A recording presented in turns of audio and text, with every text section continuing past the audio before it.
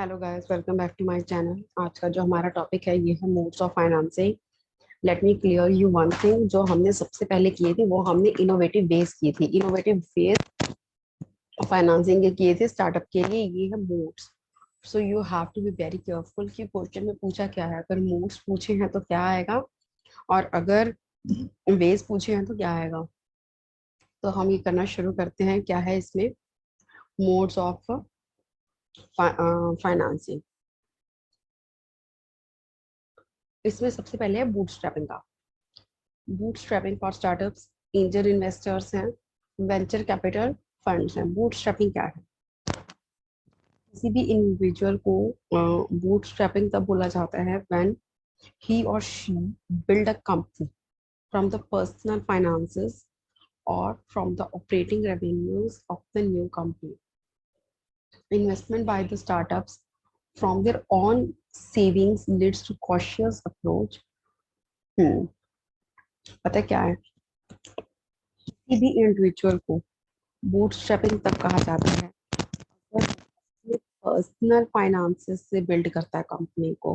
देखो, मतलब कि नाम देखो, इन्होंने कहा कि बूटस्ट्रैप कर रहा है अपने, वो खुद अपने पाँव पर खड़ा हुआ है वो बंदा, और अपने पर्सनल फाइनेंसेस से उसने कंपनी खड़ी कर दी, या फिर ऑपरेटिंग रेवेन्यूज जो आए उसकी कंपनी के, वहां से उसने कंपनी जो है बिल्ड कर दी। तो इन्वेस्टमेंट है by the startups from their own savings.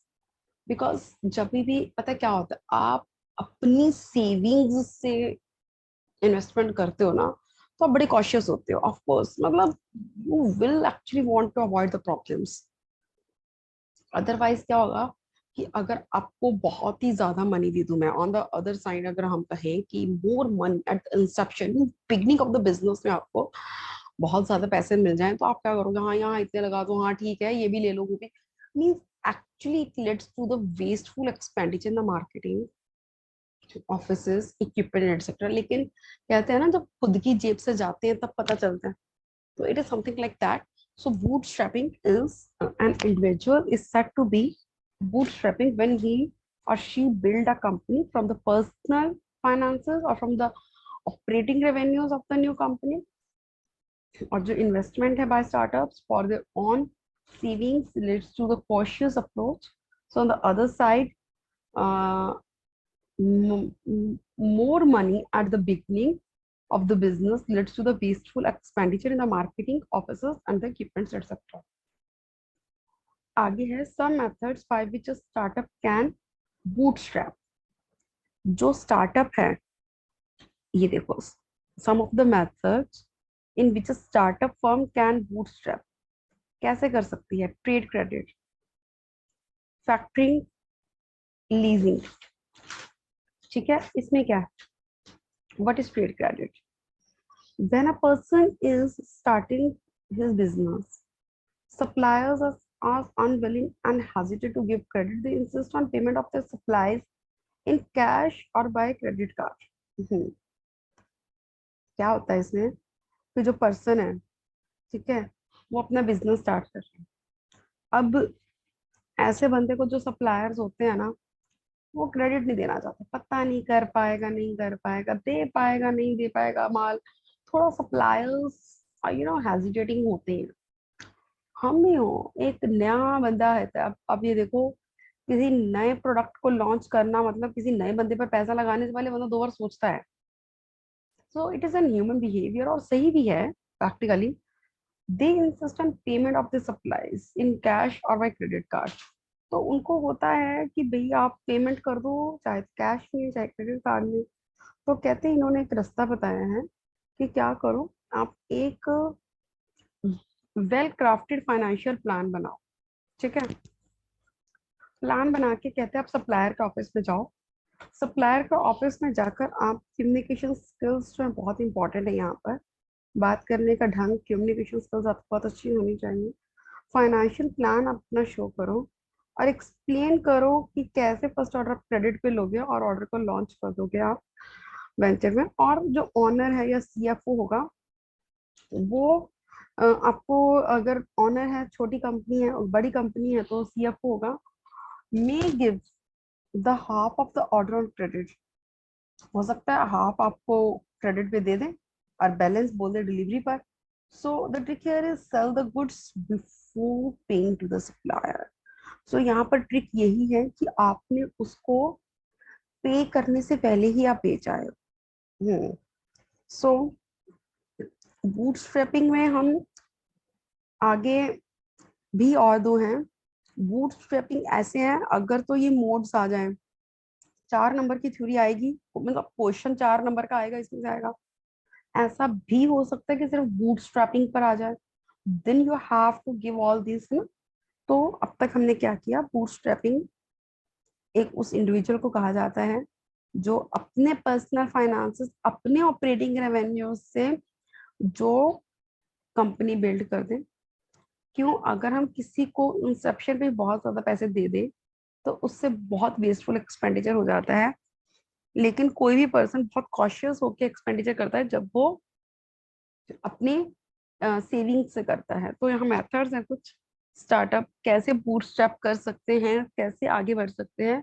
Trade credit का दिया है ट्रिक, इन्होंने कही कि आप सप्लायर जो हैं स्टार्टिंग में वो हेजिटेट करते हैं कि भाई हम दे माल ना दे, पता नहीं ये आगे कर बेच पाएगा नहीं बेच पाएगा, मेरे पैसे वापस आएंगे नहीं आ पाएंगे। तो क्या करो, कहते हैं इन्होंने कहा प्लान बनाओ।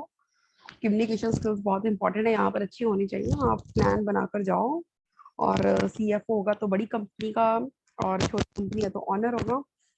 आप जाकर उनसे बात करो और उनसे बात करके आप उनको मतलब कि इस तरह से प्रेजेंट करो, अपने फाइनेंशियल प्लान शो करो कि कैसे कैसे आप जो है अपना माल बेचोगे, सो दैट उसको थोड़ा आप पर विश्वास हो और वो आपको माल दे दे।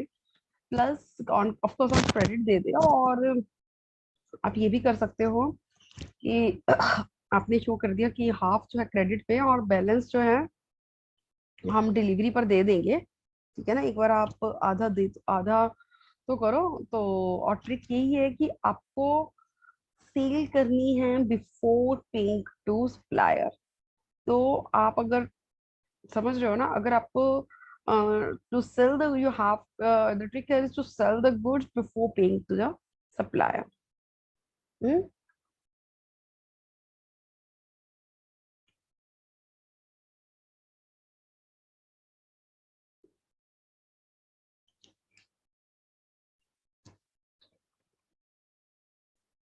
तो इससे क्या होगा, ट्रेड क्रेडिट जो है रिड्यूस कर देगा अमाउंट को जो कि वर्किंग कैपिटल के लिए हमें चाहिए थी। ये एक्चुअल में कहते हैं सही है कि पहली माल बेच लो। ठीक है ना, factoring, this is the second point, factoring.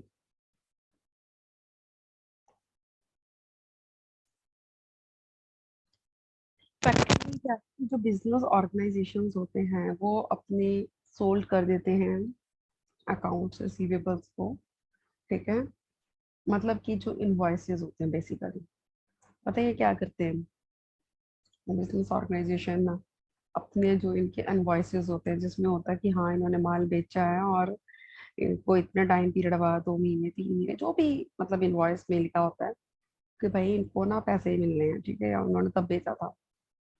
तो ये ना अपने बिल्स को आगे दे देते हैं, बिल्स किसको बेच देते हैं, ये कमर्शियल फाइनेंस कंपनीज को दे देते हैं। ठीक है, और to raise the capital discount वो उनको बिल दे देंगे, कहेंगे कि हमारे को इस पार्टी से इतने पैसे आने थे, लेट्स सपोज 1 लाख की पेमेंट आनी थी, तो वो कहेंगे भाई तू अभी हमको 80,000 या 90,000 जो भी मतलब उनकी आपस में डील होगी, 90,000 हमको अभी दे, ये ले बिल, तो बाद में इनसे लाख रुपया लेता रहे।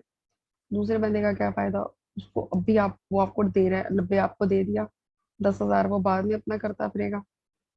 जो फैक्टर है, जो थर्ड पार्टी है, और उसको अकाउंट रिसीवेबल का जो अज्यूम करेगा, उसके पास टास्क आ गया, 10,000 देखा जाए तो उसके पास एक टास्क है, अब उसको पैसे इकट्ठे करने हैं। लेकिन जो जो जिसके पास इनवॉइस रेज की है तो उसका भी तो काम चल गया, उसको पैसे इकट्ठे करने नहीं पड़े, उसको हाँ कम जरूर मिले लेकिन आज ही मिल गए। ठीक है ना, तो इट मीन्स जो कस्टमर्स होते हैं उनको अकाउंट्स रिसीवेबल्स नहीं भी बताया जाता कि नहीं आपके जो हमने बेच दिए हैं, आप ऐसे तो नहीं है ना, मतलब बता नहीं, बताओगे तो हो सकता है कुछ गड़बड़ करने की भी बात हो जाए।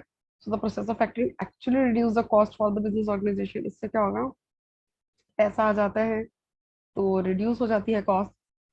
और जो फैक्टरिंग है, ऑफ कोर्स ये फ्रूटफुल है to utilise in the financing method. तो ठीक है, इन्होंने हमको जैसे, आप सोच कर देखो, स्टार्टअप है, कोई ऑर्गेनाइजेशन है भाई, स्टार्टअप है, उसको पैसे की जरूरत आएगी, ठीक है ना। तो बूटस्ट्रैपिंग में इन्होंने कहा कि भी आप अपने ऑपरेशन रेवेन्यूज में, तो उन्होंने कहा कि आप सप्लायर के पास जाके उसको कन्विंस करो। पहले तो आप कोशिश करो कि आधा माल क्रेडिट पे ले लो, बोल दो आधा हम डिलीवरी पर दे देंगे, पैसे आपको बैलेंस अमाउंट कर देंगे। और फिर आप ट्रिक करो कि आपको जो है सामान जो है पहले ही बेच देना है, सप्लायर्स खरीदने से पहले ही आप बेच दो, कि आपका डील हो, वहां से भी आप एडवांस ले लो। तो इन्होंने एक बड़ा अच्छा बता दिया कि आप ऐसे करके ट्रेड क्रेडिट कर सकते हो। फिर इन्होंने फैक्टरिंग का बड़ा अच्छा बता दिया कि आपके जो अकाउंट्स रिसीवेबल हैं आप ऐसे करो, उनको बेच दो। ये जो बैंक कंपनीज होती हैं जो स्पेशली इस काम के लिए होती है, डिस्काउंट पे आपको पैसे दे देंगे। और जो टास्क है, कॉमर्शियल फाइनेंस कंपनीज होती हैं, और जो टास्क है इनका हो जाएगा पैसे कलेक्ट करने का, इनसे आपको पैसे मिल जाएंगे और आपको दिक्कत नहीं आएगी। उसके बाद है एंजल इन्वेस्टर्स। एंजल इन्वेस्टर्स क्या है? An angel investor is a high net worth individual who provides financial backing for small startups. क्या है इसमें? लीजिंग रह गया ना हमारा, कर लेंगे, वो भी कर लेंगे हम। हाँ, एंजल इन्वेस्टर्स में क्या है? An angel investor is the high net worth individual who provides financial backing for the small startups. जो एंजल इन्वेस्टर है वो एक हाई नेटवर्थ के इंडिविजुअल्स होते हैं। आप मानो जैसे किसी को पैसे की जरूरत हो, ठीक है, और जो पैसे की जरूरत हो, तो कोई आए और एकदम से बड़ी हाई हाई प्रोफाइल बंदा, हाँ बड़ी हाई नेटवर्थ है, इतना सारा रुपया दे दे, तो आप क्या बोलोगे, भाई तू तो भगवान के नीचे से आया है, एंजल, परी परी एंजल इन्वेस्टर, यू नो नाम देखो इन्होंने वहां से दिया है कि बड़ी हाई नेटवर्थ के इंडिविजुअल्स हैं ये, फाइनेंस बैकअप कर देते हैं स्मॉल सेटअप्स, स्मॉल स्टार्टअप्स को। तो ये वन टाइम इन्वेस्टमेंट भी कर सकते हैं जो एंजल इन्वेस्टर्स होते हैं, और among an entrepreneurs family and friends. तो ये जो होते हैं, ये अमंग फैमिली एंड फ्रेंड्स होते हैं जो एंजल इन्वेस्टर्स होते हैं, are focused on helping startups, ठीक है। और इनका जो फोकस ही होता है कि ये जो हेल्प करनी है स्टार्टअप्स को, ना कि possible rather than the possible profits that they may get from the business, इनका फोकस होता ही है ये कि स्टार्टअप्स को हेल्प करना है, ठीक है। और ये जो एंजल इन्वेस्टर्स हैं, कहते हैं एंटरप्रेन्योर्स की फैमिली या फ्रेंड्स में से ही होते हैं, ठीक है, और ये एक बार पैसा लगा देते हैं। और जो ये एंजल इन्वेस्टर्स होते हैं इनको private investors, seed investors, business angels भी कहा जाता है। ऑफ कोर्स आप देखो, कोई आपके बिजनेस एंजल्स समझ में आ रहा है, सीड इन्वेस्टर्स देखो कि आप सीड्स की तरह आपको जड़ों के लिए आपको उन्होंने पैसे लगा दिए हैं, है ना। प्राइवेट इन्वेस्टर्स तक है, ठीक है। उसके बाद है हमारे पास लीजिंग, हमारा रह गया था वो भी I think. Leasing, another popular method of bootstrapping is to take the equipment on lease rather than, हाँ ठीक है ना, ये कह रहे हैं कि लीजिंग में आप क्या करो, इक्विपमेंट को लीज पर ले लो। जरूरी है खरीदनी है, खरीदोगे कितनी बड़ी कैपिटल कॉस्ट का आप खर्चा करोगे, ठीक है, तो लीज में बड़ा सस्ता पड़ जाता है काम। अभी आप स्टार्टअप में हो, अभी आपके पास इतना फाइनेंस नहीं है, तो आप leasing is actually much better, है ना, तो आप करो। आप ये देखो, छोटे शहरों से लोग आते हैं, बड़े शहरों में आते हैं, आते ही थोड़ी ना वो घर ले लेते हैं। उनको रहने के लिए वो पहले रेंट पे घर ले लेते हैं, या फिर आप मानो कि वो आते ही थोड़ी ना शॉप ले लेते हैं। अगर किसी को करनी है, किसी को पहले बंदा रेंट पर लेता है, चलती है धीरे धीरे धीरे धीरे वो अपने फाइनेंस जोड़ता है और कर लेता है। तो प्लीज, एक्चुअल में बड़ा सही मेथड है, तो इससे आपको हेल्प मिल जाती है, ठीक है। और it will reduce the capital cost and help the lessee, ठीक है ना। और to claim the tax exemption भी मिल जाएगी उसको। Better to take a photocopy machine and automobile और a van on a lease to avoid paying off lump sum. तो आप क्या करो, ठीक है ना, कि लमसम मनी देने, जो कि फिजिबल बिल्कुल भी नहीं है स्टार्टअप के लिए। तो अब इन्होंने एग्जांपल दिया, further if you are able to shop around and get the best kind of leasing arrangement, you are studying but even much better to lease. It's better for example to lease a photocopier से at rather than, हाँ ठीक है ना, ये कहते हैं आपने photo state को कॉपियर का बताया, तो कहते हैं फोटो कॉपी आपको जैसे वहां चाहिए, फोटो कॉपी रखने के लिए मशीन चाहिए आपको, ठीक है ना। तो आपको कहते हैं 1 लाख रुपया लगाने की जरूरत नहीं है, आप 1 लाख रुपया लगाओ, ठीक है। और फिर 1 लाख रुपया लगा के आप उसकी जगह उसको रेंट पे ले लो, आप 5,000 रुपया दे दो। सो लीज ऑटोमोबाइल और वैन, ठीक है ना। तो आपका यहाँ पर बड़ी अमाउंट जो है बच जाएगी। These are the advantages for the startup businessman using the property of the equipment and the owner of that property. The lessor enjoys the tax benefits भी मिल जाएंगे in the form of the depreciation or the fixed asset lease and may gain from the and may gain from the capital appreciation भी हो सकती है, ठीक है ना। और जो लेसी है उसको स्मॉलर पेमेंट्स करनी पड़ेंगी, और वो retain the ability to walk away from the equipment at the end of the lease term. So इस तरह बहुत सही रहता है लीजिंग, ठीक है। एंजल इन्वेस्टर्स हमने ऑलरेडी डिस्कस कर लिया है। आफ्टर दैट हमारा है वेंचर कैपिटल फंड।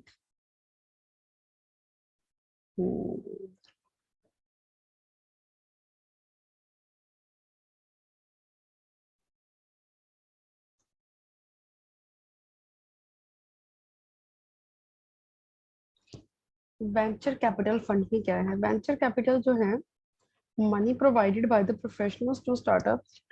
ये ना प्रोफेशनल्स होते हैं। It means an investment vehicle that manage funds.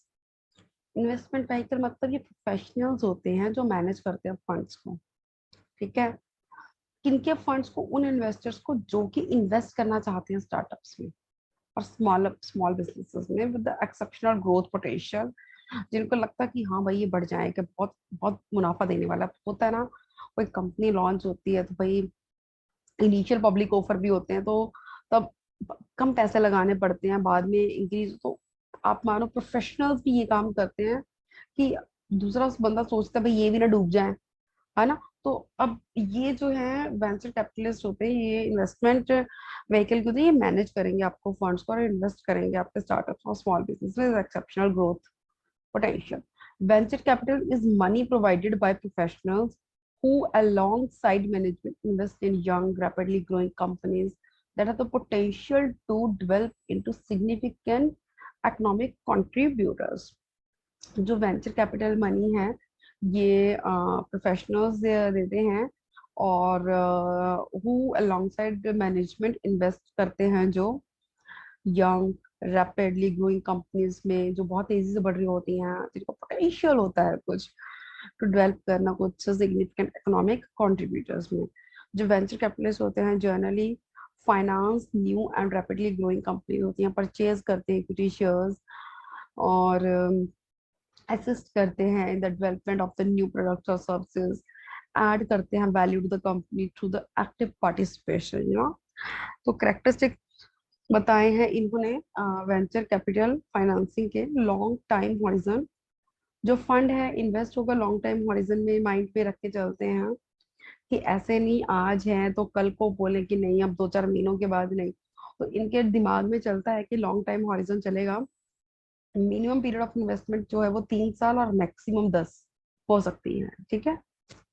Lack of liquidity, जब वेंचर कैपिटलिस्ट इन्वेस्ट करेगा तो ये लिक्विडिटी का जो फैक्टर है उसको जो है टेक्स इनटू अकाउंट होगा। तो it assumes that there will be less liquidity on the equity it gets and accordingly it would be investing in that format. They adjust the liquidity premium against the prime and the price and the required return. ठीक है, बिल्कुल सही कह रहे हैं ये। तो आप इसको बट हम बहुत ज्यादा आपको डिटेल में करने की जरूरत नहीं है, आप थोड़ा थोड़ा कर सकते हो इसमें। एक एक जैसे मतलब होते हैं ना, एक एक दो दो लाइनें, क्योंकि थ्योरी का एक क्वेश्चन 4 नंबर से या हद 5 का आ जाएगा, मतलब इससे बड़ा तो नहीं आएगा। वैसे तो 4 का ही आता होता है, बिकॉज हर एक 5 क्वेश्चंस करने होते हैं और एक का एक पार्ट जो होता है उसका वो होता है तो 20 मार्क्स की थ्योरी आती है, तो वो 4 मार्क्स का रहता है। तो आप थोड़ा थोड़ा देख लो इसका करेक्टरिस्टिक्स में। फर्स्ट 6 आप देख लो कि लॉन्ग टाइम हॉरिजन है, कि 3 से 10 साल का है। फिर दूसरा है lack of liquidity. Of course जब ज्यादा टाइम होगा, तो लिक्विडिटी तो कम होगी ना, there is lack of liquidity, ठीक है ना। तो उसके बाद है जो रिस्क है वो भी थोड़ा सा हाई होता है इसमें। जो वेंचर कैपिटलिस्ट होते हैं ये हेजिटेट नहीं करते रिस्क लेने में, और it just works on the principle of the high risk high returns. तो ये इस पर काम करते हैं, ठीक है। एंड जो इक्विटी पार्टिसिपेशन, जो वेंचर कैपिटलिस्ट होते हैं would be investing in the form of the equity of a company. तो ये क्या करते हैं, ये पार्टिसिपेट मैनेजमेंट में भी कर जाते हैं, बिकॉज आप जब इक्विटी में आ गए तो मैनेजमेंट में भी घुस जाते हैं और हेल्प करते हैं कंपनी को टू ग्रो करे। Besides a lot of board decisions भी सुपरवाइज करते हैं, ठीक है ना, ये जब ये पार्टिसिपेट कर लेते हैं। तो ये इसके करेक्टरिस्टिक्स हो गए। तो आप सोचकर चलो कि high risk high return, of course long time horizon, और लैक ऑफ लिक्विडिटी, और इक्विटी पार्टिसिपेशन करके मैनेजमेंट में भी इसके लिए। उसके बाद आ जाता है advantages of bringing the venture capitalists in the company। Advantages क्या है? It injects long-term equity finance which provides a solid capital base for the future growth. The venture capitalist is a business partner sharing both the risk and the rewards।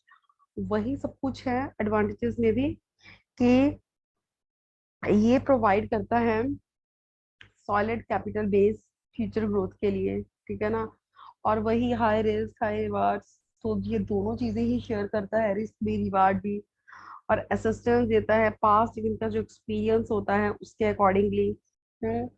और network of contacts होते हैं इनके बहुत ज्यादा, जिससे ये value add होती है कंपनी में।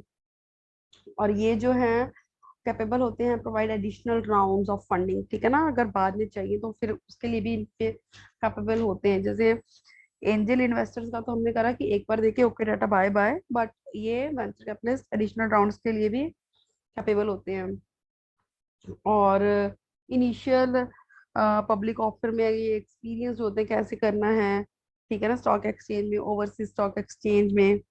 और ये ट्रेड को भी ट्रेड सेल को भी फैसिलिटेट करते हैं। So there are many advantages that are given to us. उसके बाद है इन्होंने दी है स्टेजेस।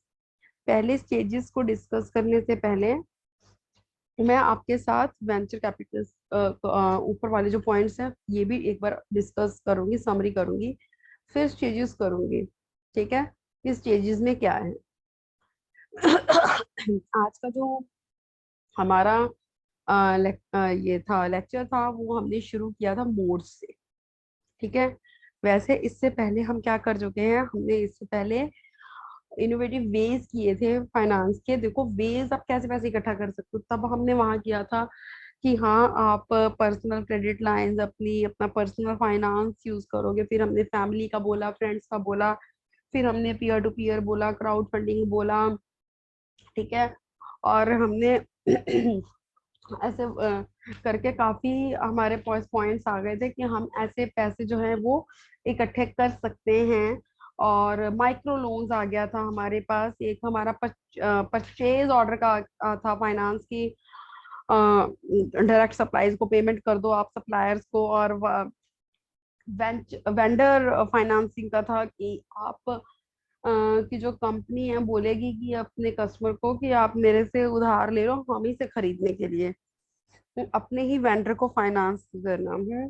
सो उसके बाद हमने पिच रिप्रेजेंटेशन की। पिच प्रेजेंटेशन में हमने करा कि भी 20 मिनट से यूजली ज्यादा की नहीं होती माइक, और पावर पॉइंट पे बनती है, इन्वेस्टर्स को दिखाते हैं ताकि वो पैसे दे दे और इन्वेस्ट करें। और शॉर्ट और ब्रीफ होती है। पहले हम उसमें इंट्रोडक्शन करवाते हैं कि मैं कौन हूँ, अपने बारे में बताते हैं।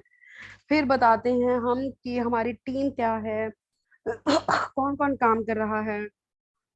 फिर हम प्रॉब्लम्स के बारे में बताते हैं कि क्या क्या प्रॉब्लम्स को हम लाए हैं, जो इसमें हमने फेसबुक की एग्जांपल कर ली थी, ठीक है। फिर ऑर्कुट की प्रॉब्लम्स को फेसबुक ने ओवरकम किया। फिर हमने सोल्यूशन की बातें करी कि हम क्या क्या सोल्यूशन वहां पर।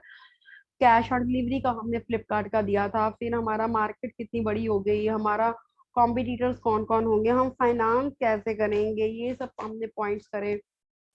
उसके बाद हमने किया था ये modes of financing for startups में, इसमें हमने करा था कि कैसे, मतलब मोड्स क्या क्या हैं फाइनेंस के। तो उसमें हमने बूटस्ट्रैपिंग किया था कि वो इंडिविजुअल जो अपने पर्सनल फाइनेंस से, जो अपनी रेवेन्यू, ऑपरेटिंग रेवेन्यू से जो एक बिल्ड कर दे कंपनी को, तो वो भैया बूटस्ट्रैपिंग कहलाता है। और स्टार्टिंग में वैसे भी अगर ज्यादा पैसे दे देंगे तो वो एक्स्ट्रा एजेंट हो जाएगा और बहुत ज्यादा वेस्टेड एक्सपेंडिचर कर देगा। तो अगर आप अपनी सेविंग से करोगे तो देख कर करोगे। इसके लिए इन्होंने मेथड बताया है कि कैसे कैसे, तो 3 वेज बताए इन्होंने। ट्रेड क्रेडिट बताया, फैक्टरिंग बताया और लीजिंग बताया। ट्रेड क्रेडिट में इन्होंने बताया कि आप अपना माल बेचने से पहले ही, सॉरी बनाने से पहले ही बेच दो। दूसरा इन्होंने कहा कि आप अच्छे से प्रेजेंटेशन लेके जाओ, अच्छा सा कम्युनिकेशन स्किल्स करो, और आप सप्लायर को कन्विंस करो कि आपका ऐसे करके सारा माल बिक जाएगा, और आप उसको हाफ क्रेडिट पे और हाफ डिलीवरी के टाइम भी कर सकते हो। और उसके बाद हमने लीजिंग का किया था कि आप इतने पैसे मत लगाओ, आपको फोटो कॉपियर की चाहिए तो आप 1 लाख देने के लिए 5,000 उसका रेंट दो। एक हमने फैक्टरिंग का किया था कि जो आपके अकाउंट रिसीवेबल्स हैं आप कंपनी को बेच दो और वो कंपनी से आप डिस्काउंट से पैसे ले लो। और क्या करो, जो कॉमर्स फाइनेंस कंपनी होगी, ये कमर्शियल फाइनेंस होती है कंपनीज, ये अपने आप बाद में इनका टास्क होगा, ये कलेक्ट करती रहेंगी, ठीक है। उसके बाद हमने ये 3 मेथड से कि कंपनी कैसे बूटस्ट्रैप कर सकती है। उसके बाद हमने एंजल इन्वेस्टर कहा था कि ये हमारे रिश्तेदार, हमारे फ्रेंड में से ही होते हैं, यूजुअली इनको हम पर विश्वास होता है। और ये क्या करते हैं, ये आ, हमको ये पैसे लगाते हैं, और एंजल की तरह बड़ी हाई नेटवर्थ होती है इनकी, बड़े पैसे लगा जाते हैं, एक बार ही लगाते हैं, लेकिन ये हमारे बिजनेस में पैसे लगा देते हैं। तो इसलिए इनको एंजल इन्वेस्टर्स, सीड इन्वेस्टर्स बोलते हैं। और जो ये एंजल इन्वेस्टर्स होते हैं, ये प्राइवेट इन्वेस्टर्स बोलते हैं इनको। और इनमें हमने कहा था इनका, हाँ, इनका फोकस स्टार्टअप्स ही होता है ना। और उसके बाद हमने किया venture capitalist. Venture capitalist capital fund में हमने क्या किया कि ये प्रोफेशनल्स होते हैं, ये वो इन्वेस्टमेंट व्हीकल होते हैं जो स्टार्टअप्स में पैसा लगाते हैं लेकिन सब कुछ देखभाल कर लगाते हैं। बिकॉज ये सब प्रोफेशनल बंदे होते हैं, ये मैनेज करते हैं फंड्स को, तो ये देखते हैं कि कहाँ ग्रोथ है, तो कहाँ पर यंग रैपिडली ग्रोइंग कंपनीज हैं, है ना। तो ये हेल्प करते हैं। तो लेकिन इनका जो कैरेक्टरिस्टिक्स हैं उसमें यही, एक तो लॉन्ग टाइम हॉरिजन, तो 3 से 10 साल, फिर लैक ऑफ लिक्विडिटी, फिर ये हाई रिस्क हाई रिवार्ड्स में होता है, और इक्विटी पार्टिसिपेशन करके ये मैनेजमेंट में भी घुस जाते हैं। तो एडवांटेजेस इसके क्या हो गए कि एक तो इनकी प्रोफेशनल जो एडवाइस होती है वो मिल जाती है जब ये उसमें घुस जाते हैं, है ना। सेकेंडली, ये बार बार पैसे देने को तैयार होते हैं मल्टीपल एडिशनल राउंड्स पे, ऐसे नहीं कि अनलाइक एंजल इन्वेस्टर्स एक बार दे दिए, नहीं। फिर ये जो होते हैं ये बहुत रिस्क और रिवार्ड्स के लिए होते हैं और लॉन्ग टर्म के लिए पैसा लगाते हैं, तो सॉलिड कैपिटल बेस बन जाता है। और इनको उसका भी हिसाब होता है, आईपीओस का भी हिसाब होता है, तो ये हर तरफ से कंपनी के लिए बड़े सही रहते हैं। अब है हमारे लिए लास्ट इसका stages for funding, stages of funding for VC, that's venture capital. Seed money, इसमें क्या है, सीड मनी में है कि low level financing need to provide to a new idea, कि ऑफ कोर्स आपको लो लेवल की जो फाइनेंसिंग एक बार चाहिए होती है अगर आपको प्रूव करना है कुछ न्यू आइडिया स्टार्टअप। जो अर्ली स्टेज फर्म्स होती हैं उनको फंडिंग चाहिए होती है, एक्सपेंसेस एसोसिएटेड जो मार्केटिंग और प्रोडक्ट डेवलपमेंट के लिए। First round early sales and manufacturing funds, और सेकेंड राउंड में working capital, early stage companies that are selling product but not yet turning in a profit। Third round में also called the mezzanine financing, that is the expansion money for a newly profitable company। अच्छा, मैं आपको इसको learn करवाती हूँ, मैंने इसीलिए इसको लास्ट में किया था कि आपको स्टेजेस को लर्न कैसे करना है। आपको इसमें ध्यान क्या देना है, सबसे पहली बात स्टेजेस हैं। सबसे पहले सीड होती है, जब कोई प्लांट भी उगता है, तो सबसे पहले सीड होती है, फिर वो सीड में से ना एक छोटा सा सैपल जो है होता है, वो छोटा सा प्लांट उगना शुरू हो जाता है। Startup, startup, seed startup. तो जब आपको जड़ पैसा लगाना है सबसे नीचे के लेवल पे, आपको लो लेवल आ गया ना, सबसे नीचे का लेवल है, फाइनेंसिंग चाहिए होती है आपको प्रूव करने के लिए कि हाँ आपके पास ये आइडिया है। जब स्टार्टअप आपका हो गया तभी भी बड़े एक्सपेंसेस होते हैं मार्केटिंग को लेकर, प्रोडक्ट की डेवलपमेंट हो रही होती है उस टाइम पे, तब पैसे चाहिए होते हैं। अब स्टार्टअप भी हो चुका, फर्स्ट राउंड आपका शुरू हो गया, तो आपको सेल करनी है। आपने लो लेवल पर अपना प्रूव कर दिया आइडिया सीड मनी में, आपने स्टार्टअप में शो कर दिया कि प्रोडक्ट की डेवलपमेंट हो रही है, मार्केटिंग के साथ एक्सपेंसेस हो रहे हैं। फर्स्ट राउंड में आप सेल्स भी तो करोगे ना, कि manufacturing funds on early sales. Second round में working capital for early stage companies that are selling product but not yet turning into profit. Second round में वर्किंग कैपिटल के लिए है कि जो काम चल रहा है प्रोडक्ट की सेलिंग के लिए, लेकिन अभी प्रॉफिट नहीं हुआ। थर्ड राउंड में न्यूली प्रॉफिटेबल कंपनी के लिए, जो एक्सपेंशन के लिए आपको जो पैसे चाहिए होते हैं, ठीक है। उसके बाद फोर्थ राउंड में ये ब्रिज फाइनेंसिंग है। It is intended to finance the going public process, ठीक है। तो हमने इसमें 4 राउंड करे हैं, और उसके अलावा 2 सीड मनी, सीड का लो लेवल, फिर लो लेवल के बाद हमने लो लेवल का हमने न्यू आइडिया बनाने के लिए, उसके बाद स्टार्टअप का प्रोडक्ट की डेवलपमेंट के लिए, फिर फर्स्ट राउंड में हमने उसकी सेल भी करनी है, फिर हमने उसकी जो अभी नहीं बिके हैं उनकी वर्किंग कैपिटल, फिर एक्सपेंशन, और फिर जो है फाइनेंस करना on going, on to finance the going public process, ठीक है। So this these are the stages.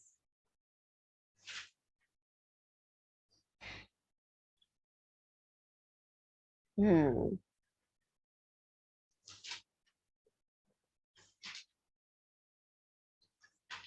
ये वाला मैं नेक्स्ट वीडियो में कवर करूंगी, ठीक है। So thank you so much for this watching this video, और नेक्स्ट वीडियो में शेयर करती हूँ मैं इसमें क्या है, ठीक है। Okay, thank you so much, bye bye.